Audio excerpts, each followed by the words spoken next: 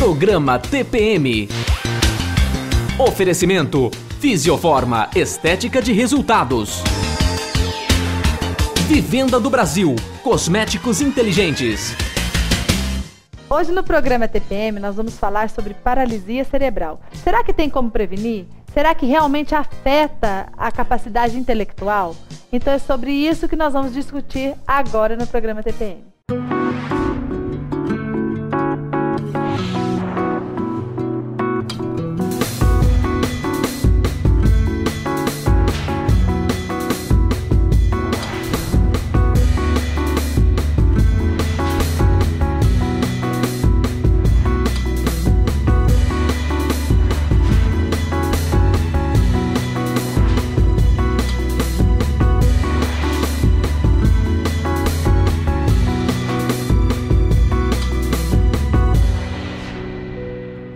Olá, nós estamos aqui hoje com a neuropediatra doutora Carla Andrea Tanuri Caldas e nós vamos falar, gente, sobre paralisia cerebral. Querido, um prazer imenso tê-la aqui conosco, Carla. Realmente. Antes da gente primeiro trocar assim, os elogios, eu tô tão meio preocupado com esse negócio, eu quero que você me explique certinho o que vem a ser a paralisia cerebral.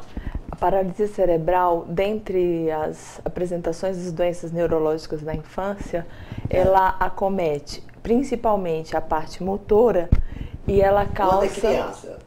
A paralisia cerebral geralmente é uma doença da infância. Ah, certo. E ela acontece decorrente de lesões isquêmicas ou lesões malformativas do sistema nervoso central, levando a um quadro onde a gente tem uma espasticidade, ou seja, o tônus da criança fica mais rígido, a criança fica com uma dificuldade na sua movimentação, no andar, no pegar algum objeto, no controle motor e psicológico do também quadro. Não. Geralmente, quando nós falamos de paralisia cerebral, nós estamos falando de um comprometimento motor. Neurológico. Motor, isso, um quadro motor. A gente sabe que a paralisia cerebral, ela pode acontecer algumas outras patologias associadas. Uma criança que tem uma paralisia cerebral, ela pode ter um quadro epilético, ela pode ter uma deficiência auditiva, ela pode ter uma deficiência visual, que acaba agravando o quadro motor. Mas quando nós falamos, especificamente, quando a gente fala de paralisia cerebral, a gente está falando de um quadro neurológico onde você não tem uma progressão. Então a gente considera ela como uma encefalopatia não progressiva, diferente das outras doenças degenerativas. Certo. Bom, doutora Carla, e aí, qual é a causa ou as causas da paralisia cerebral? A principal causa de paralisia cerebral, sem dúvida, são os problemas decorrentes do parto. A prematuridade, eu conhecia isso, hein? a anóxia, o sofrimento fetal, a questão na gravidez e doenças como a hipertensão, né, a doença hipertensiva da gravidez. Então essas mães são mais susceptíveis a ter partos prematuros e partos com dificuldade, então a criança acaba entrando em sofrimento no período expulsivo, no período na hora do parto. Então essas são as principais causas, mas também existem outras causas que podem causar paralisia cerebral, como as malformações do sistema nervoso central, algumas infecções congênitas, infecções não só bacterianas, mas as infecções virais, né? As infecções virais, o próprio vírus HIV pode causar também um quadro de paralisia cerebral por uma lesão, principalmente no comprometimento, como eu já falei, o comprometimento motor. Agora, doutora, me fala uma coisa, na hora do parto, ou na hora que acontece um problema, por exemplo, como enrolar o cordão umbilical e sufocar a criança, já é sabido que essa criança pode ter essa paralisia cerebral? Ou que de sintoma essa criança vai apresentar que pode se Geralmente, às vezes a família fala, não, ele veio, né, o cordão estava enrolado, eu estava roxinho. Realmente a gente sabe que esses casos assim são muito raros, o caso, porque geralmente hoje com a tecnologia, o ultrassom, você já consegue fazer toda uma avaliação. São casos muito raros com relação a isso. Geralmente são problemas na hora do parto. Às vezes uma criança muito grande e aí você vai tentar um parto normal por uma má avaliação. Ou às vezes problemas obstétricos como um descolamento de placenta, né? Quando a gestante tem um descolamento de placenta e acaba faltando sangue para áreas importantes do cérebro. E a prematuridade também como um dado aí, né? Imaginar que o cérebro da criança está em formação, está imaturo e você não tem o suporte no... Então, quando essa criança nasce e que acontece essas coisas todas, esses problemas todos, aí já se suspeita, ela vai fazer um monte de exames, vai ter um acompanhamento mais de perto, voltado para esse tipo de problema. Esse é o grande, assim, a grande conquista do hospital que a gente tem trabalhado com relação a essa busca ativa desses pacientes, porque a gente sabe que quanto mais precoce você consegue atuar, menos sequelas essa criança vai ter. Então, o que nós tentamos? Nós tentamos buscar essas crianças no momento que ela nasce, crianças prematuras, crianças que têm um sofrimento na hora do nascimento, filhos de mães hipertensas que tiveram intercorrência na hora do parto, de estar acompanhando essas crianças com o exame neurológico e já fazendo um tratamento de intervenção precoce nessas crianças. Isso é que é importante, né, doutora? Porque quanto antes, né? Com certeza. Quanto mais cedo, né, perceber. Gente, mas agora é o momento da minha patrocinadora Fisioforma. Dê uma olhada aí.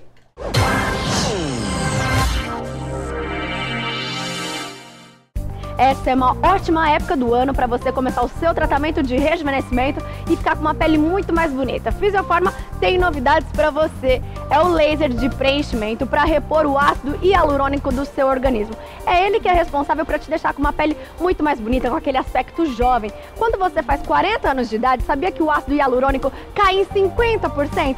Pois é, você vai fazer essa reposição na Fisioforma e melhor, de forma não invasiva. Você não precisa mais sofrer com agulhas, não há perfurações. Fisioforma investe mesmo. Essa é uma tecnologia alemã. E na Fisioforma você ainda encontra muitos outros aparelhos de alta tecnologia para te deixar com uma aparência muito mais jovem, bonita e saudável. Já sabe, né? Quem faz tratamento na Fisioforma adora. Olha só. Muito bom o tratamento aqui da Fisioforma. As profissionais são muito simpáticas. Eu adoro vir aqui. Seja para tratamentos faciais ou corporais, seu lugar é na Fisioforma Estética de Resultados. A gente só consulta.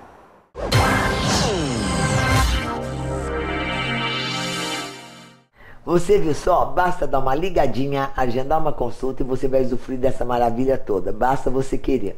Nosso comercial e nós voltamos já já. Fique aí. Chegou na Fisioforma uma novidade para depilação progressiva definitiva, que é a Luz Pulsada SQ, alta tecnologia para você ficar livre dos pelos que tanto incomodam. Agora, se seu problema é gordura localizada, celulite ou flacidez, tem também um aparelho top de linha que trata esses 3 problemas ao mesmo tempo.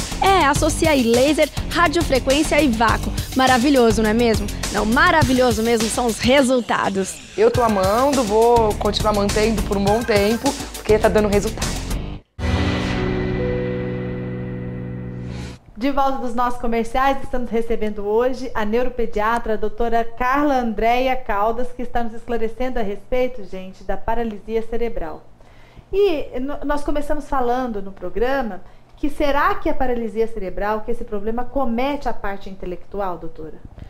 Como eu falei, geralmente nós temos os nossos pacientes com paralisia cerebral, geralmente comprometimento motor. São crianças extremamente inteligentes, que têm um cognitivo, a parte intelectual, sem problemas.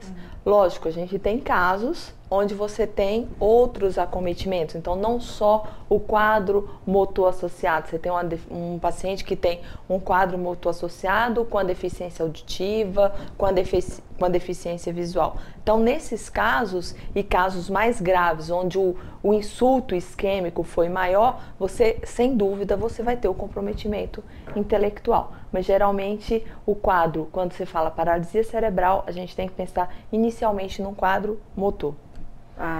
Querida, e outra coisa que eu queria saber de você, com essa tecnologia maravilhosa aí, nossa, da medicina, Quais são os tratamentos que vocês estão utilizando para paralisia cerebral? Hoje o tratamento da paralisia cerebral é um tratamento que nós costumamos falar que é um tratamento multidisciplinar, onde você tem toda a família, o envolvimento da família é importantíssimo e, sem dúvida, o fisioterapeuta, o terapeuta ocupacional, o psicólogo que vai estar ajudando a trabalhar aquela família, a trabalhar a equipe que está tratando, a escola que está recebendo essa criança com a paralisia cerebral. Então, o tratamento começa por uma equipe multidisciplinar. Além disso, nós temos a medicação, o tratamento medicamentoso com drogas que a gente pode diminuir o quadro de espasticidade. A toxina botulínica, a mesma toxina botulínica que é usada do ponto de vista estético, nós utilizamos para tratamento do músculo espástico. Doutora, me fala uma coisa.